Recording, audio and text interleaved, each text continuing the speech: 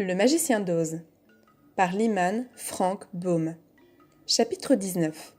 L'attaque des arbres combattants.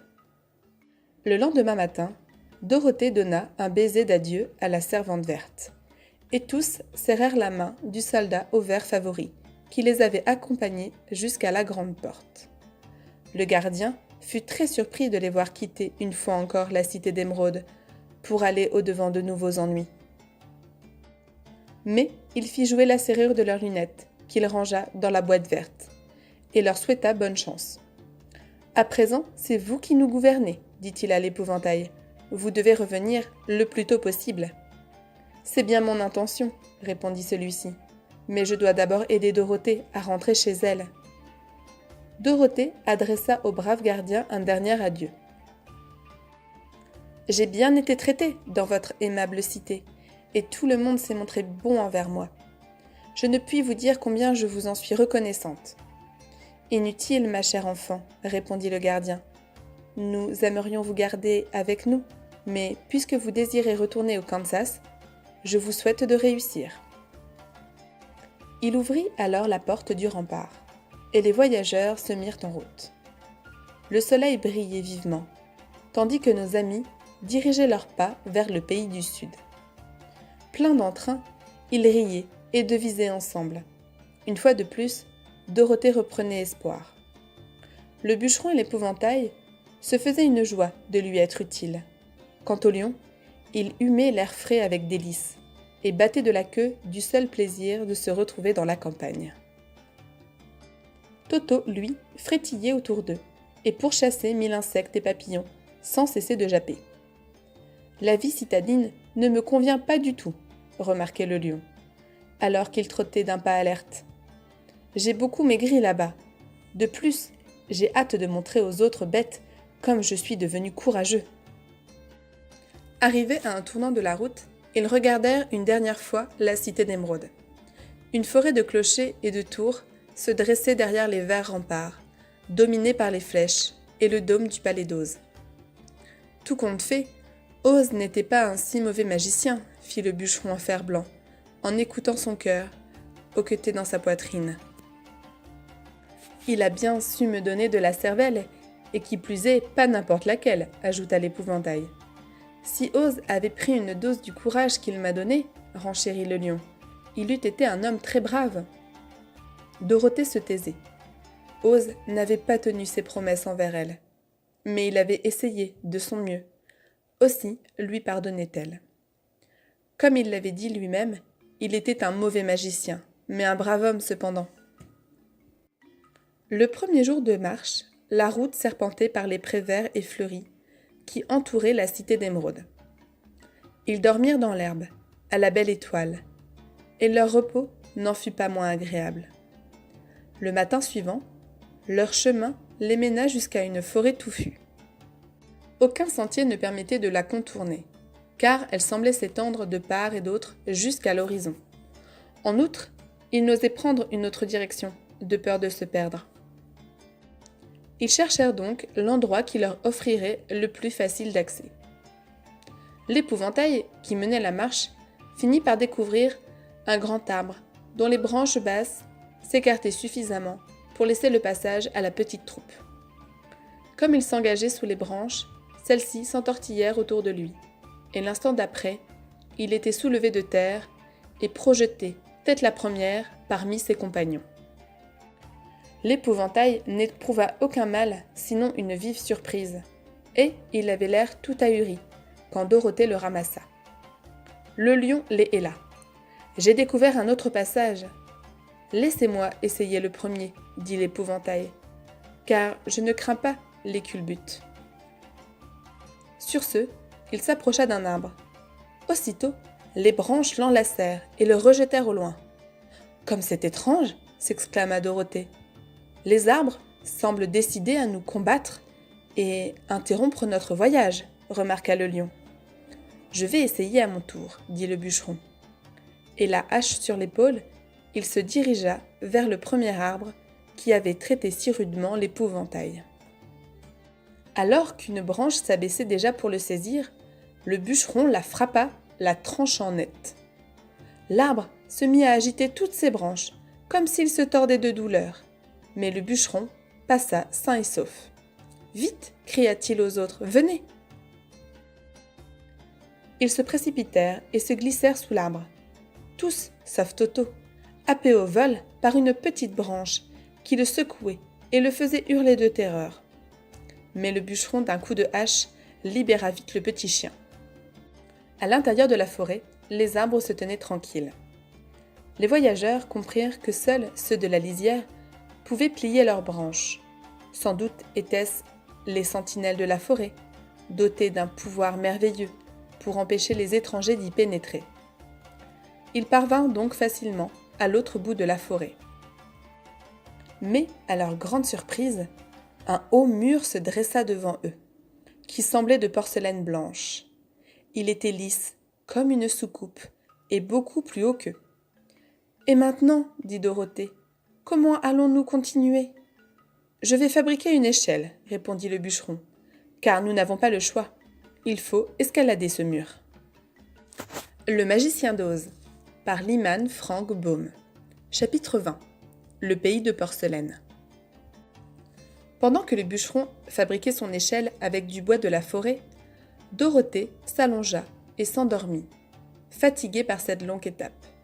Le lion se pelotonna aussi pour dormir, et Toto se coucha près de lui.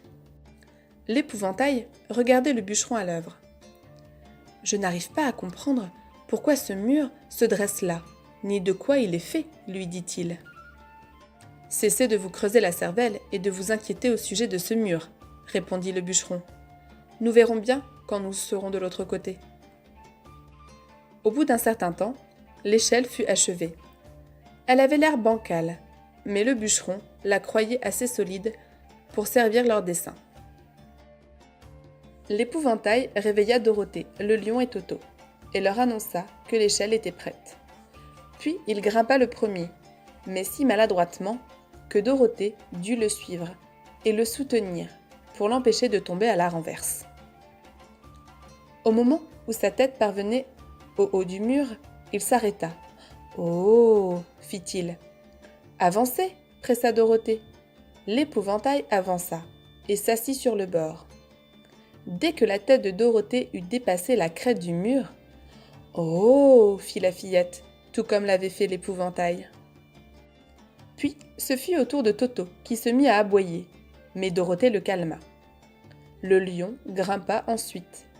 Enfin le bûcheron, et tous deux poussèrent le même « Oh !» dès qu'ils eurent jeté un coup d'œil par-dessus le mur. Assis, en rang sur le rebord, tous contemplèrent un moment l'étrange spectacle. À leurs pieds s'étendait une contrée, au sol aussi blanc, poli et reluisant que le fond d'un plat à gâteau. Ça et là, se dressaient des maisons, toutes en porcelaine et peintes des plus vives couleurs. Elles étaient très petites. La plus haute atteignait tout juste à la ceinture de Dorothée. On voyait encore de mignonnes fermettes, entourées de clôtures de porcelaine, et des vaches, des moutons, des chevaux, des cochons, des volailles de porcelaine, eux aussi, s'égayer aux alentours. Mais le plus curieux des spectacles, c'étaient les habitants de cet étrange pays. Laitières et bergères, vêtues de corsages chatoyants et de jupes mouchetées d'or. Princesses en longues robes d'argent, d'or et de pourpre. Bergers aux culottes nouées de galons roses, jaunes ou bleus. Des boucles d'or à leurs souliers. Princes coiffés de couronnes serties de joyaux. Un manteau d'hermine jeté sur leurs pourpoints de satin. Clowns comiques avec leurs joues peintes de vermillon, leurs costumes chiffonnés et leurs chapeaux pointus. Et merveille des merveilles, tout ce peuple était de porcelaine, jusqu'aux habits. Et si petit que le plus grand d'entre eux arrivait à peine aux genoux de Dorothée.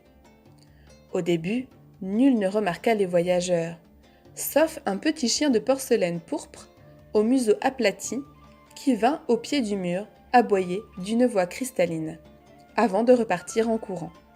« Comment allons-nous descendre ?» demanda Dorothée. L'échelle était trop lourde en effet. Ils n'arrivèrent point à la soulever. L'épouvantail se laissa glisser au bas du mur, et les autres sautèrent sur son corps pour amortir leur chute. Naturellement, ils prirent grand soin de ne pas poser les pieds sur sa tête bourrée d'épingles. Quand ils eurent tous atterri, ils relevèrent l'épouvantail et tapotèrent sa paille, pour lui rendre sa bonne forme.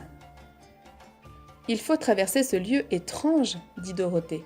Ce ne serait pas raisonnable de nous écarter de notre chemin. » Ils s'engagèrent donc dans le pays de Porcelaine, et la première chose qu'ils rencontrèrent, ce fut une laitière en train de traire une vache.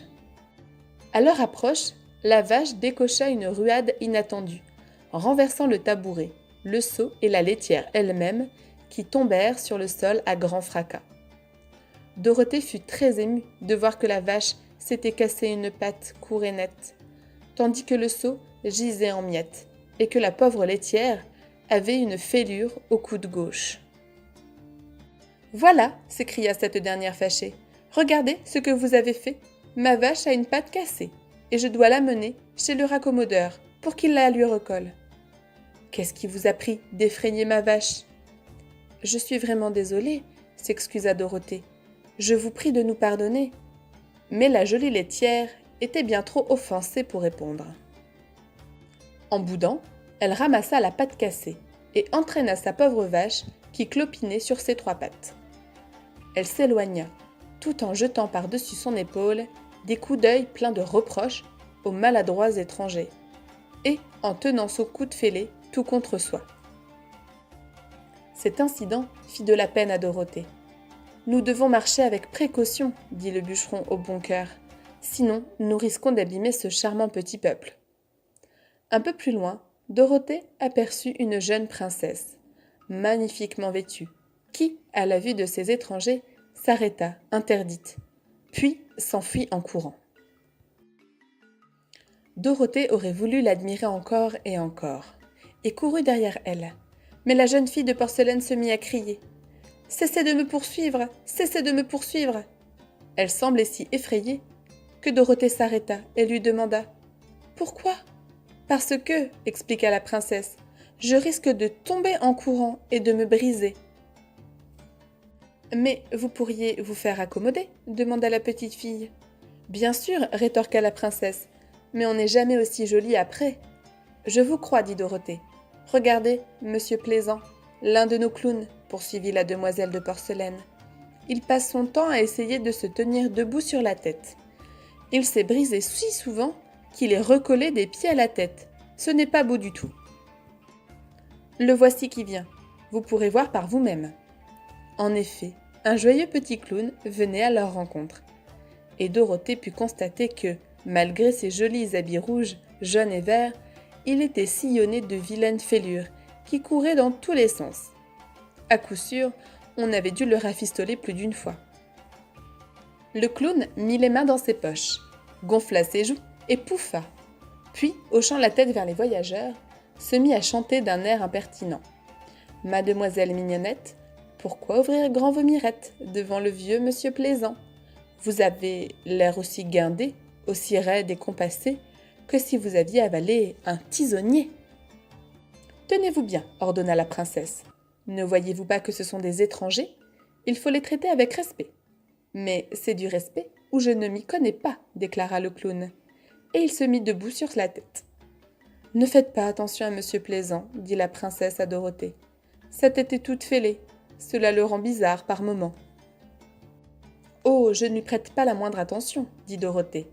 Mais vous, vous êtes si belle que je pourrais vous aimer tendrement. Laissez-moi vous emmener avec moi au Kansas, pour vous poser sur le manteau de cheminée de tante M. Je vous mettrai dans mon panier. »« Cela me rendrait très malheureuse, répondit la princesse de Porcelaine. Voyez-vous, nous vivons heureux dans notre pays. Ici, nous pouvons parler et nous mouvoir à notre guise. Mais si l'un de nous est emmené au loin, aussitôt ses membres se raidissent. Dès lors, il ne lui reste plus qu'à se tenir figé, dans une pose gracieuse. Sans doute, est-ce tout ce qu'on exige de nous, quand nous décorons les manteaux de cheminée, les salons et les commodes.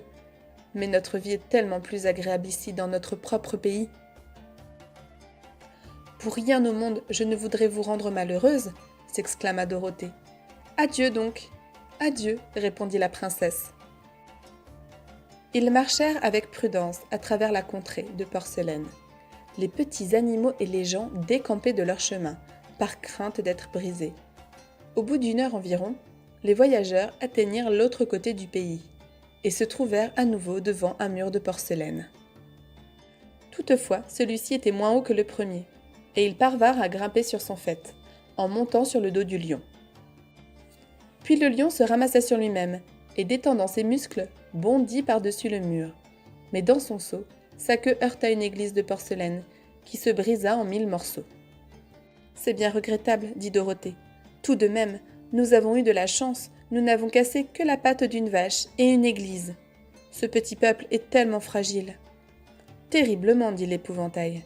Je me félicite, quant à moi, d'être en paille. Je ne risque pas d'être facilement abîmé. Il y a donc pire que d'être un épouvantail. » Le magicien d'Oz, par Lyman Frank Baum. Chapitre 21. Le lion devient le roi des animaux. De l'autre côté du mur de porcelaine, les voyageurs découvrirent un pays déplaisant, plein de flaques et de marécages, et couvert d'une végétation haute et rigide. Il était difficile d'avancer sans trébucher dans les ornières boueuses, car les tiges touffues les empêchaient de voir où ils posaient le pied. Ils réussirent cependant à se frayer péniblement leur chemin, et retrouvèrent bientôt la terre ferme. Là, le pays semblait plus sauvage encore. Après avoir traversé toute une étendue de broussailles et de fourrés, ils arrivèrent enfin dans une forêt dont les arbres leur parurent les plus hauts et les plus vieux qu'ils eussent jamais vus. « Cette forêt est absolument délicieuse, déclara le lion, regardant autour de lui avec plaisir. Je n'ai jamais vu d'endroit aussi superbe. C'est lugubre, dit l'épouvantail. Pas du tout, répliqua le lion. J'aimerais bien y vivre le restant de mes jours. Regardez comme les feuilles mortes sont douces à fouler, comme la mousse est épaisse et d'un beau vert sur ces vieux troncs. Aucune bête sauvage ne saurait rêver de plus agréable séjour. Peut-être y a-t-il des bêtes sauvages dans cette forêt, dit Dorothée. Je pense que oui, répondit le lion, mais je n'en vois pas. Ils marchèrent dans la forêt jusqu'à la nuit tombée. Dorothée, Toto et le lion se couchèrent sur le sol, tandis que le bûcheron et l'épouvantail montaient la garde, comme à l'accoutumée. Au matin, ils repartirent. Bientôt, un sourd grondement fait de 1000 grognements sauvages parvinrent à leurs oreilles. Toto gémit un peu, mais les voyageurs poursuivirent sans crainte le sentier bien tracé, qui les mena jusqu'à une clairière, où des centaines d'animaux de toutes les espèces y étaient rassemblés. Il y avait là des tigres, des éléphants, des ours, des loups, des renards, et tous ceux qu'on peut voir dans les livres d'histoire naturelle. Sur le moment, Dorothée ne se sentit pas rassurée. Mais le lion expliqua que les animaux tenaient conseil, et à leur façon de grogner et de râler, il jugea qu'ils devaient se trouver dans un grand embarras. En entendant sa voix, quelques animaux l'aperçurent, et comme par magie, il se fit aussitôt un grand silence dans l'assemblée. Le plus gros des tigres s'approcha du lion, et après l'avoir salué avec respect, lui dit « Sois le bienvenu, ô roi des animaux. Tu arrives à temps pour combattre notre ennemi et ramener la paix parmi les habitants de cette forêt. »« Qu'est-ce qui vous afflige ?» demanda le lion tranquillement. « Un féroce ennemi est arrivé récemment dans ces bois, » répondit le tigre, « et sème la terreur parmi nous. C'est un monstre effrayant, qui ressemble à une araignée géante, avec un corps aussi gros qu'un éléphant et 8 bras immenses, de la longueur d'un tronc d'arbre. Il rampe dans la forêt, et lorsqu'il capture un animal avec l'un de ses tentacules, il l'attire jusqu'à sa bouche et l'engloutit, comme une araignée dévorant un papillon. Aucun de nous ne sera en sécurité tant que vivra cette horrible créature. C'est pourquoi nous tenions conseil et cherchions les mesures à prendre quand tu es survenu. » Le lion médita un moment, puis demanda « Y a-t-il d'autres lions dans cette forêt ?» Il y en avait, mais le monstre les a tous dévorés. D'ailleurs, aucun d'eux n'égalait ta taille et ton courage. Si je détruis votre ennemi, vous inclinerez-vous devant moi et m'obéiriez-vous comme au roi de la forêt ?» interrogea le lion. « Avec joie, » répondit le tigre. « Avec joie, » rugirent en chœur les autres animaux. « Alors, où se cache-t-elle, votre grosse araignée ?» demanda le lion. « Là-bas, parmi les chênes, » dit le tigre, pointant sa patte de devant dans la direction. « Je vous confie donc mes amis, et vais de ce pas pour fendre l'ennemi. » Et le lion dit au revoir à ses compagnons, et partit, bravement, livrer bataille au monstre. Il découvrit la grande araignée, en train de dormir sur le sol. Elle était si horrible que son ennemi détourna le museau de dégoût. Ses bras étaient vraiment aussi longs que le tigre l'avait prétendu, et tout son corps était couvert d'un poil noir et hirsute. Sa bouche immense était armée d'une rangée de dents pointues, d'un pied de long. Mais sa tête se rattachait à son énorme corps par un cou aussi mince qu'une taille de guêpe. Cette particularité inspira au lion une bonne tactique pour attaquer cette créature. Et comme il lui était plus facile de la combattre endormie qu'éveillée, il bondit en avant, atterrit en plein sur le dos du monstre, et d'un coup de sa lourde patte aux griffes acérées, décapita l'araignée. Puis il sauta sur le sol, regarda les longs bras se tordre un moment et retomber inerte. Le monstre avait vécu. Le lion revint à la clairière où les animaux attendaient son retour, et dit fièrement : « Vous n'avez plus rien à redouter de votre ennemi. » Alors les bêtes s'inclinèrent devant le lion, comme devant leur roi, et il leur promit de revenir les gouverner, dès que Dorothée aurait trouvé le moyen de rentrer au Kansas.